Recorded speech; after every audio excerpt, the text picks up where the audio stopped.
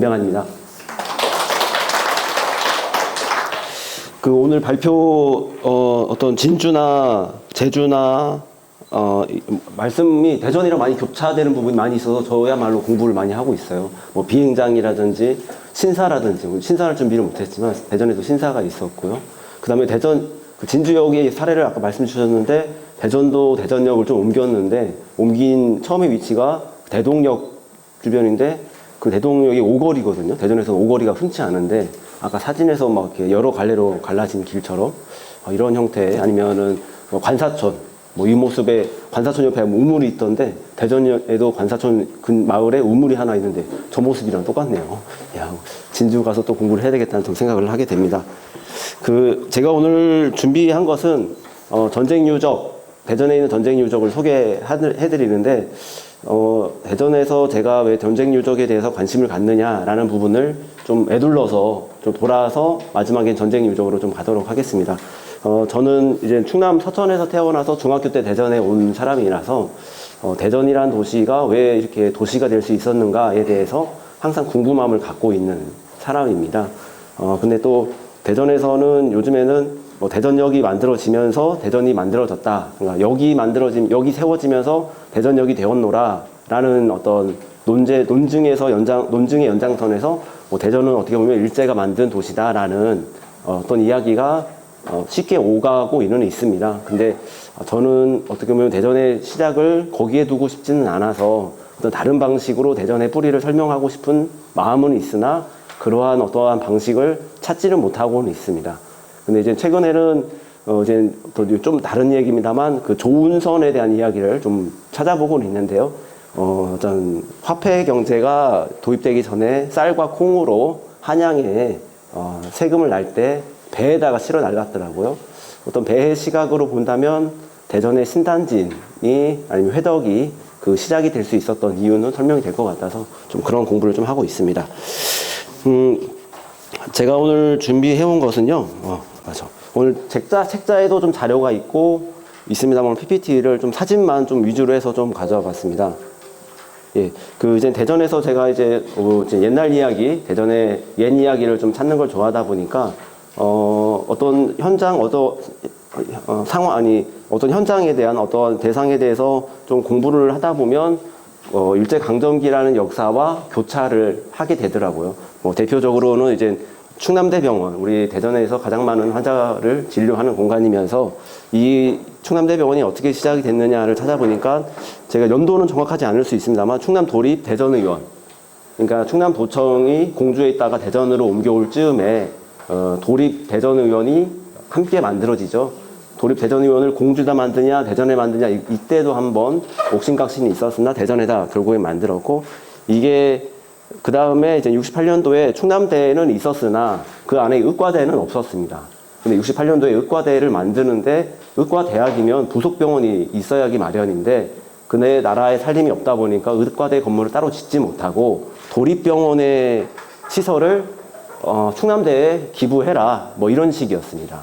어떻게 보면 도지사로서는 영세민들, 당시 보도 내용을 보면 영세민을 진료하는 공간을 교육부, 충남대에 기부하는 문제는 사실은 쉬운 일은 아니었어요. 그게 조금 어떤 기부하는 문제, 양육하는 문제가 좀 지연되다 보니까 어떤 교육부에서는 충남대에 의과대 인가를 취소하겠다, 이런 식까지 나오니까 어쩔 수 없이 기부를 해서 의과대의 부속병원으로 사용이 되었고, 그 다음에 결국에는 충남대 병원까지 오게 되었다는 거죠. 근데 이제 저 건물, 도립 대전의원으로 사용되던 건물은 대전대 한방병원으로 사용되다가 저렇게 2021년도에 완전히 철거됐고요. 저 오른쪽 위에 있는 흑백 사진은 62년도 4월에 미군이 페니실린을 증정했다는 사진의 내용입니다. 그 다음에 오늘도 참 대전은 지금 뜨거운 날입니다. 오늘 한화이글스가 삼성전을 플레이오프 하는 날이라서 저도 얼른 끝내고 야구를 봐야 되는데 그러면 한화이글스로부터 시작을 해볼게요. 한화이글스 야구장이 있는 대전 한화생명 볼파크입니다. 저 볼파크가 바로 위에 있는 사진처럼 저런 공설운동장의 모습이었어요. 종합운동장이 있고 그 옆에 있는 게 야구장이고 그 옆에 돔으로 되어 있는 건 배구장입니다. 한때는 농구장으로 쓰였고, 더 올라가면은 70년도의 사진은 저렇게 조성하는 과정이었고요. 그보다 더 올라가면은 59년도 7월에 사진을 보면은 우리 대전에 이런 벌판 큰 땅이 있는데 여기다가 공설훈장을 만들자라는 그 당시 대전 시민들의 뜻이 모였던 거예요.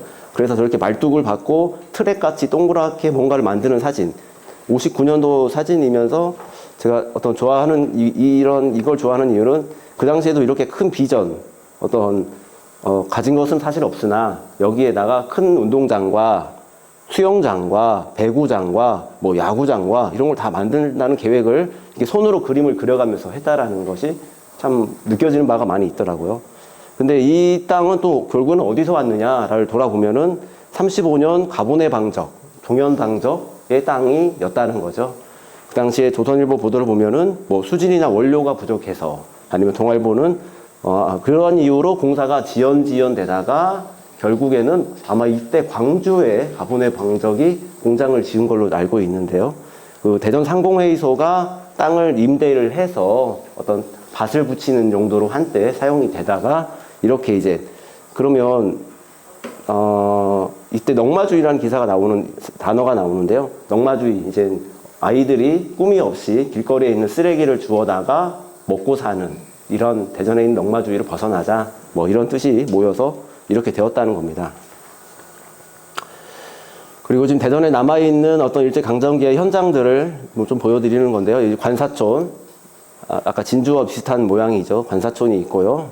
그다음에 충남도청이 있고요.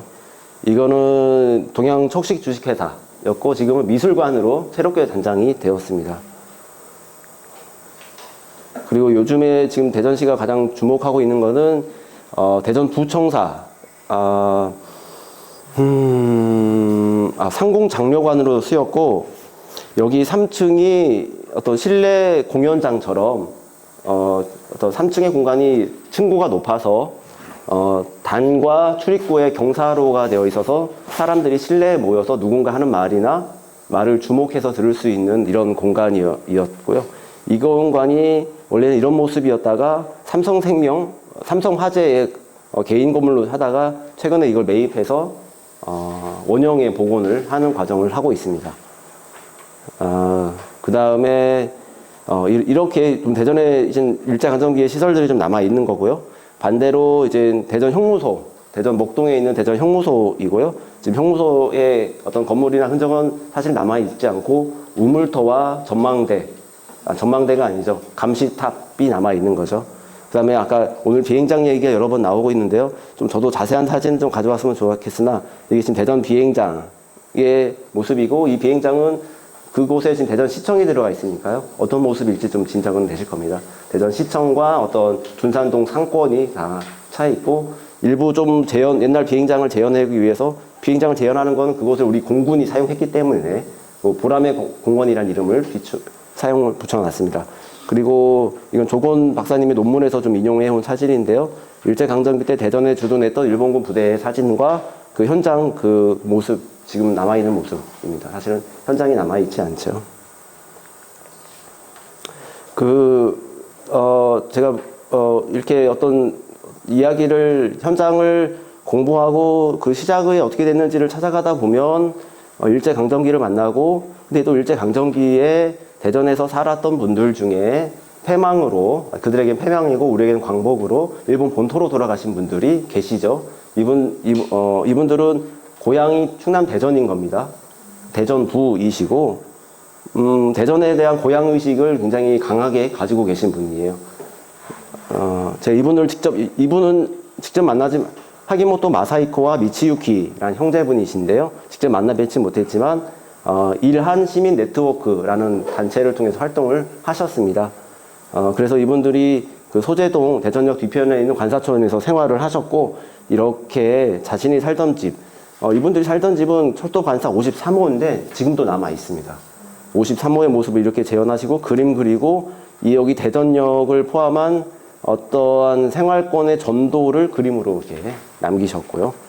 이렇게 어떤 대전역에서 당시 어떤 공사가 이루어졌었나 봐요. 이렇게 사람들이 일하는 모습도 이렇게 스케치로 아니면 우리가 쓰는 어떤 이런 것들을 손으로 다시 또 그리시면서 재현을 해 놓으실 정도로 그 다음에 또 오늘 또 중요하게 다룰 장소에 대한 이야기인데요. 여기가 지금 대전의 보문산입니다. 보문산인데 거기에 이제 쓰지 만타로라는 분이 여기에 별장을 지은 게 있어요. 그 별장을 지금 이러한 모습으로 지금 재현해서 아마 이달 중에 준공을 아마 할 겁니다. 어떻게 보면 일제강점기에 대전에 살았던 일본인 중에서 대전이 가장 우호적으로 기억하고 있는 분입니다. 쓰지 만타로.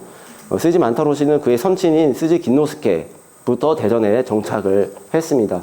1907년도에 쓰지 장유라는 간장 공장을 대전역 주변에 세워서 어떤 큰 부를, 대전에서는 큰 부를 거둔 사람이고요.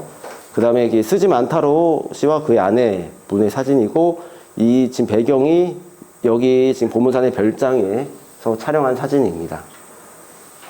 그리고 그의 쓰지 만타로 씨의 그 아들 쓰지 아츠시 씨가 여기 계시고 일본에 가서 제가 만나고 왔는데요. 이렇게 만나고 왔을 정도로 이렇게 대전에서는 굉장히 좀 어떤 좋은 기억을 갖고 있는 분들입니다. 제가 이렇게 대전이 고향인 일본인 분들에 대해서 관심을 갖고 이분들이 나고야에서 활동을 하셔서 나고야를 가서 찾아뵌 이유가, 제가 전에 이런 기사를 한번 쓴 적이 있었어요. 대전의 홍도동이라면은 여기 서울에서 기차를 타고 대전역에 도착하기 직전의 장소입니다. 그러니까 대전역보다 조금 북쪽에 있는, 그리고 대전역에서 그렇게 멀지 않은 장소고요. 그곳에 이렇게 홍도동 공동묘지가 있었어요. 이 공동묘지는 아마 1935년도에 만들어진 것으로 보이고, 근데 대전이라는 도시가 지금 성장을 하다 보니까 팽창을 해야 되는데 그 팽창하는 지역에 묘지가 있었던 거죠. 이거를 옮기는 사업을 지금 하고 있는 겁니다. 이때 한 2만 5천여 기의 묘지가 있었고, 이 중에 한 1만여 기가 무연고 분묘로 나왔다고 해요.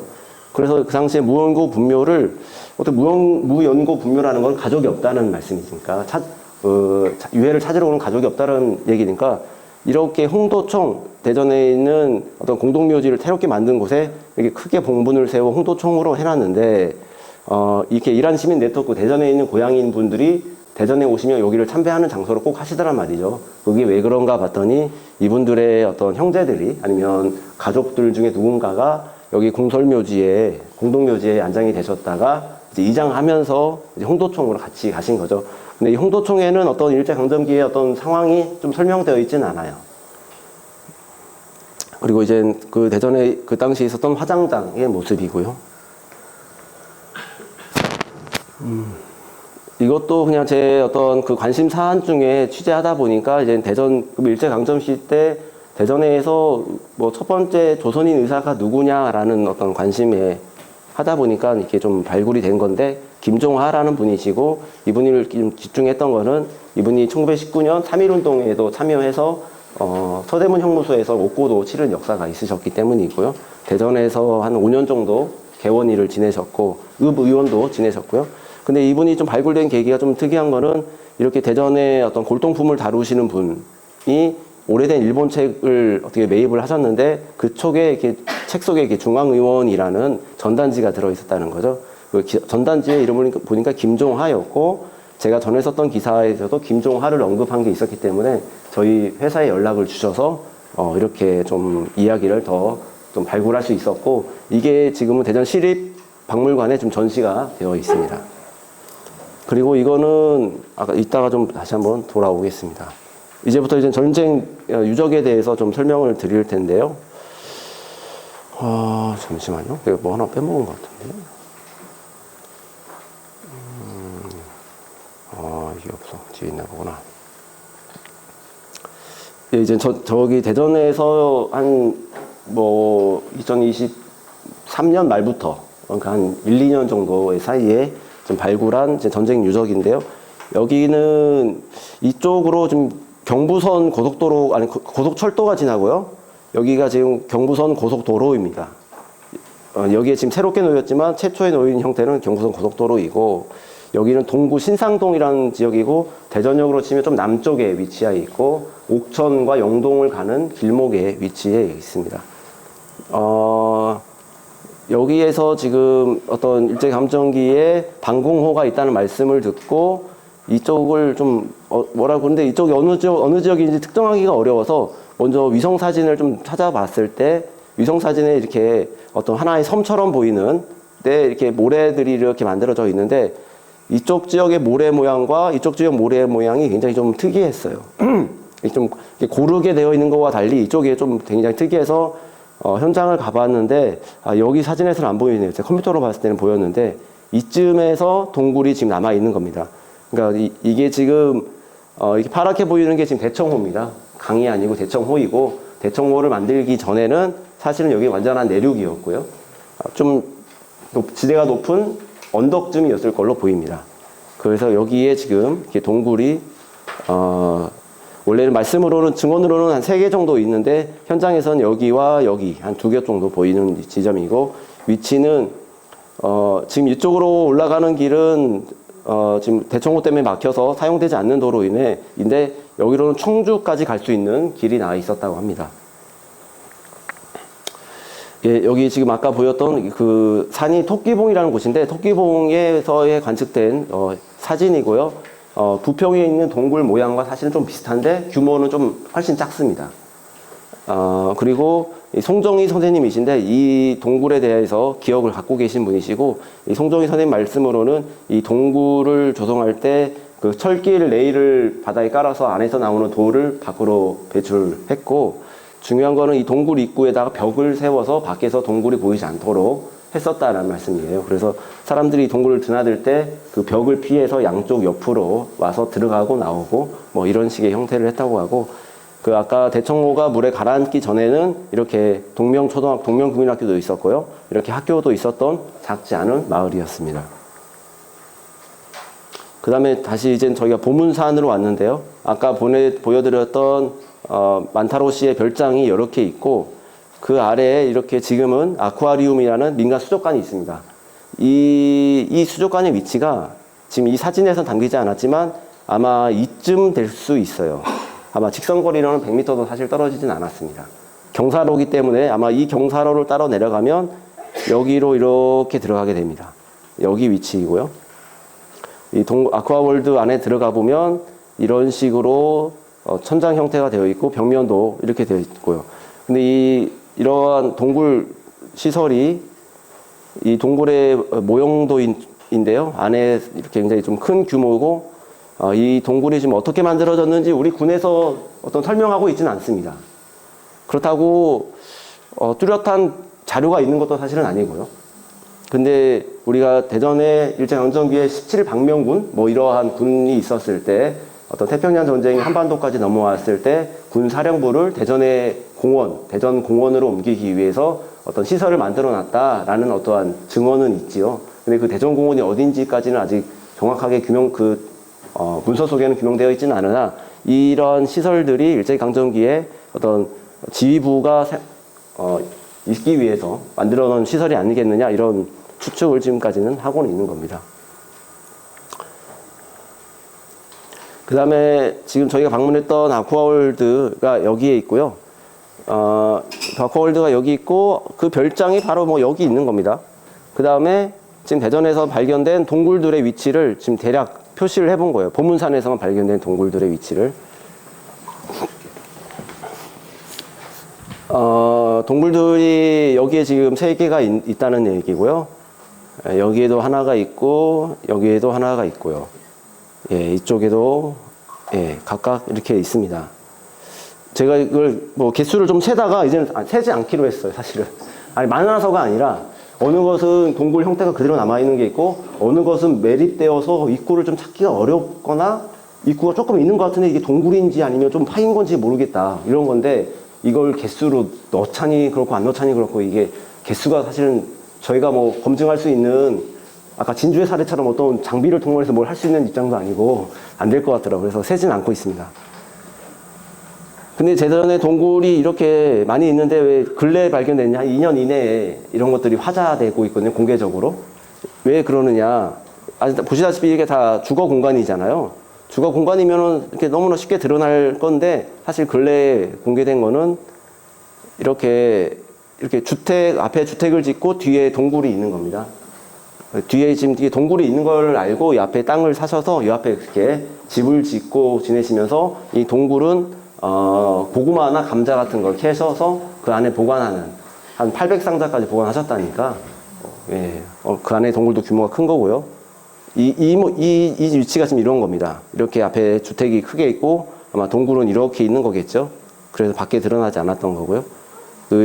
아까 앞에 보셨던 사진의 내부 모습이고요.